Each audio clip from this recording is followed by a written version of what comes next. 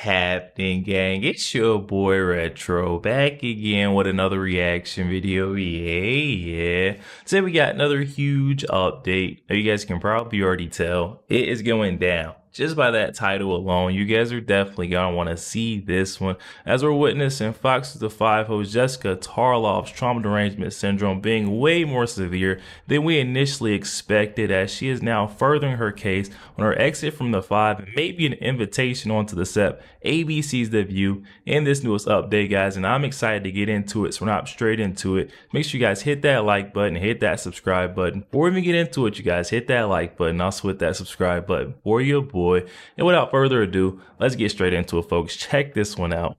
This man is a great patriot, and you should cherish him.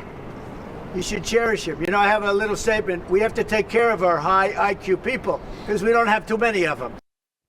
Judge, this is a show of friendship and loyalty. Loyalty goes both ways, and this was a real public showing of this is a good car, this is a good man. Yeah, you know, it's very Donald Trump. I mean, from the beginning. I mean, if he could help someone, he will do it. And, you know, there's no question. Look, Elon Musk is not in politics. He's not used to this. I mean, you know, he's in the business world, but I mean, he is despised. They are, you know, throwing Molotov cocktails into parking lots. He's lost billions because he's not able to really focus on his own business. So he's suffering a lot. He's taking a lot of attacks, suffering financially. He's physically exhausted. I mean, he hasn't stopped. So, you know, the president is like, you know, doing him a solid and saying, look, you know, this guy is helping us. Look, Doge is very important to this government and to what the president is trying to do to the economy that was totally destroyed by Joe Biden. I mean, we've got this $2 trillion yearly deficit. And I keep hearing people say that the interest rate is higher than our Department of Defense spending. And so, you know, we're in a bit of a tough time economically, and you know, Elon Musk is doing everything he can to help the president. One thing that I'm with Judge on that one. You can definitely say that government is not Elon's forte, so I don't understand why folks are coming down on him so hard for him simply auditing our federal government's fraudulent and wasteful spending. I think it was very noble of Donald Trump to come throw Elon a bone, because you've seen him suffering. He's had to step away from his business and, you know, focus more so on his position, his role in the Department of Government Efficiency, which has been taken away from his revenue, his income. And then on top of that, the hate that he's been getting, not only through word of mouth, but now they're coming and attacking his dealerships. This is the right thing to do. Thought earlier today was that if I were them, I would keep the focus more on Biden for a little while, right? You can ride that a little bit because you inherited this situation. He went back to it a little bit today, but just as a reminder of what people had. Well, yeah, I think because you're talking about a transition. Yeah. And I think the media is trying to paint this as a shock to the system. And what Trump is doing is trying to remind you what was there before. Mm-hmm. And you would think that, like, Democrats would go for this because they love a good transition. However, this one, it just isn't absurd enough for their liking. You know, they're good with little boys, turn them into little girls, fossil fuels, you know, into wind power, red meat, no, eat insects. All of those transitions are categorically insane. But here is actually a practical, real transition where you're taking a system that is corrupt and wasteful and you're trying to make it better. And what do? We need to set fire with Tesla dealerships. And the judge is right. Like, they're also claiming that somehow Musk is in this for himself. This guy's risking the bankruptcy of his company to prevent the bankruptcy of his country. And the media is, again, choosing the wrong path. It's almost a parallel to what they did with the cover-up of Biden. When they covered up Biden, that was to make the Dems look better and bad for Trump. Then they try to destroy Elon, so the Dems look better and it's bad for Trump.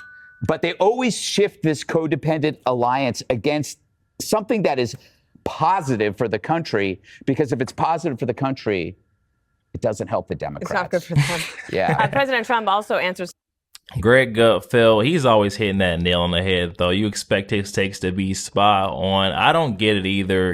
Elon Musk, folks are saying that he is selfishly, putting himself first in this whole situation. He's only doing this to benefit himself. But you guys can look back and remind yourself, just like our 47th president, Donald Trump, guess what? Elon Musk is not taking a salary. He's declined any type of compensation for his role in the Department of Government Efficiency, leading tasking that department. I'm not sure if how does that sound selfish? I want to really know how these folks on the left are drawing that conclusion to say that Elon Musk is in it for himself. If anything, he is losing out more than he's going to gain. The only thing he's doing is trying to uproot these corrupt institutions within our government and point out this fraudulent and wasteful spending. I don't have a problem with it. And I don't think anyone that voted Donald Trump does either. Some questions on the recent turmoil in the stock market.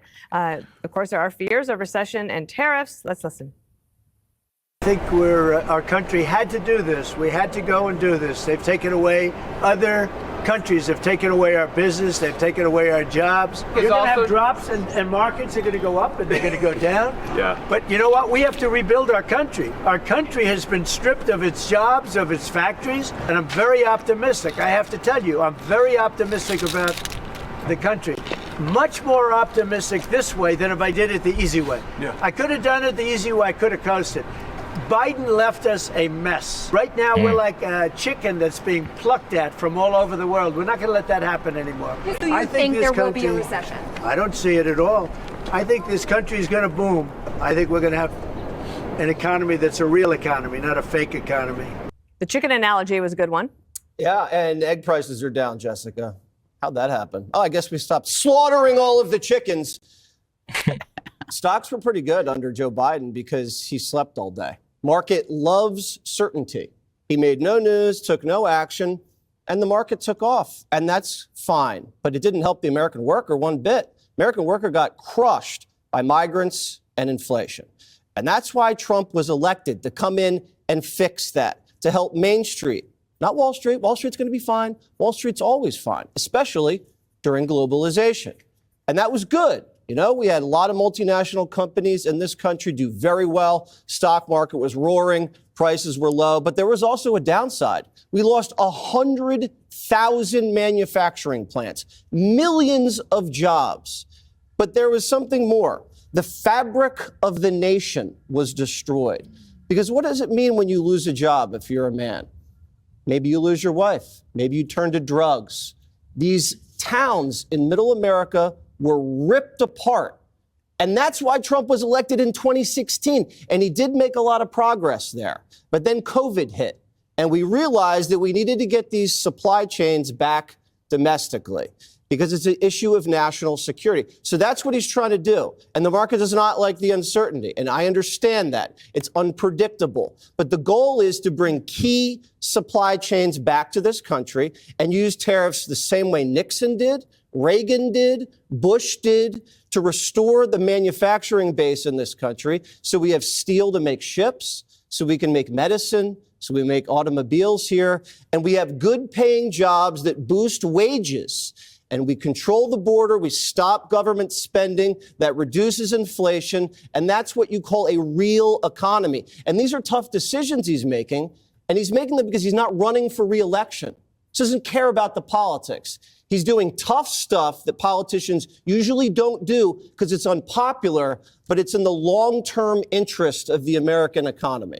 Jessica, what do you think of it? Wow, guys. Jesse Waters just ran that. I will say he walked that point down, and he's laying it all out there for us to see. Donald Trump, he isn't worried about getting reelected in. He's more so worried about leaving a lasting impact that's actually going to be good, turning this country. He said that during his entire campaign. He's going to turn this whole ship around and lead us towards this is the golden age, the golden era has began. And you may not see it initially, but guess what? He's looking for the long haul. He's looking for his grandchildren. He's looking for Barron's kids. You know what I mean? Barron's kids. He wants to make it nice for those individuals, those lovely children that'll be coming in.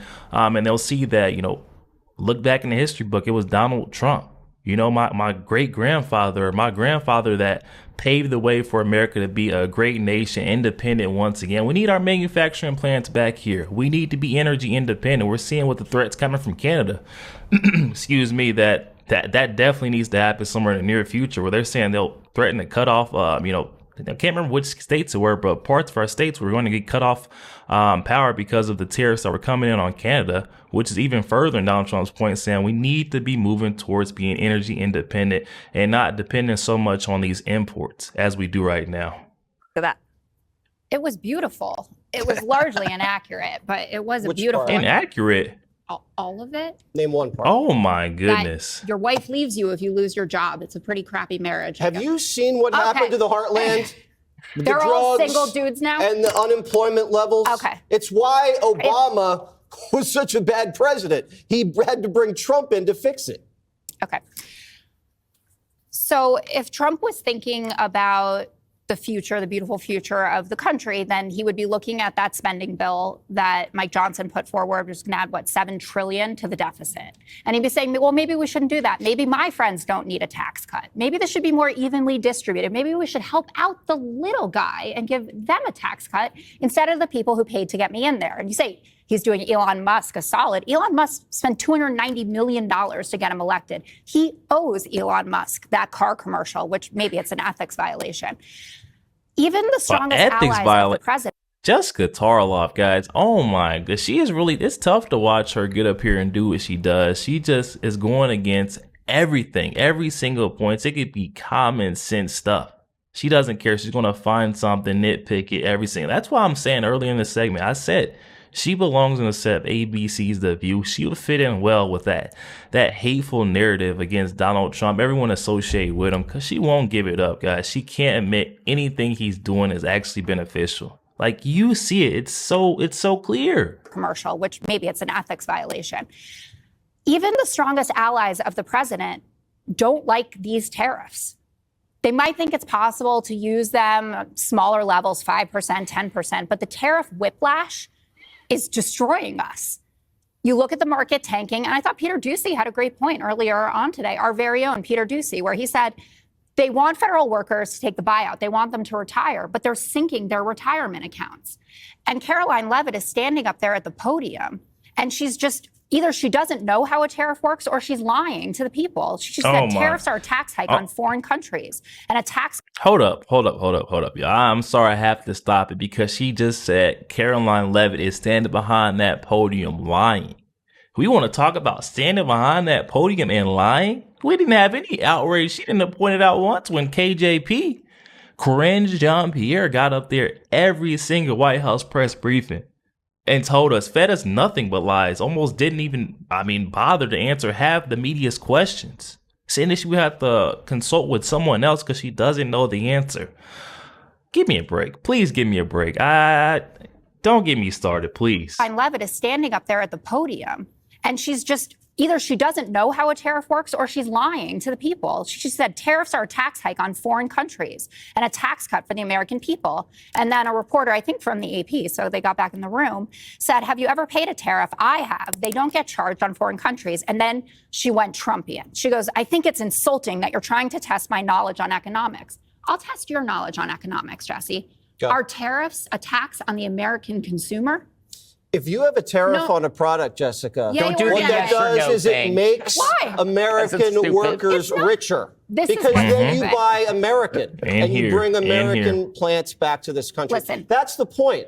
And every the president point- has done it. And it's usually No. resulted in bringing jobs He back. has had Did you the know worst that 50 Richard days Nixon of an American did you know presidency that for the Richard Nixon market literally since 2009. And 2009, we were in a recession. began the pickup truck industry in this country because of a tariff on the Europeans? Did you know that Reagan slapped tariffs on Japan, ended up triggering Did anyone a slap tariffs on semiconductor Canada? renaissance in this country? On Canada. He is protecting American industries. From Why the do we rely Canadians? on Canada for energy anyway? And that's Get her, part of Judge. that's part of the problem. Do you we think this need to is the bring right way? manufacturing into this country, and countries are buckling. Big corporations are buckling. They're talking about coming here because they don't want to be taxed. This is going to benefit the American worker, American manufacturing, and domestic production. And it's going to preserve jobs. So stop with the tariffs. It's the leverage He that needs we to need stop to with the protect them. tariffs.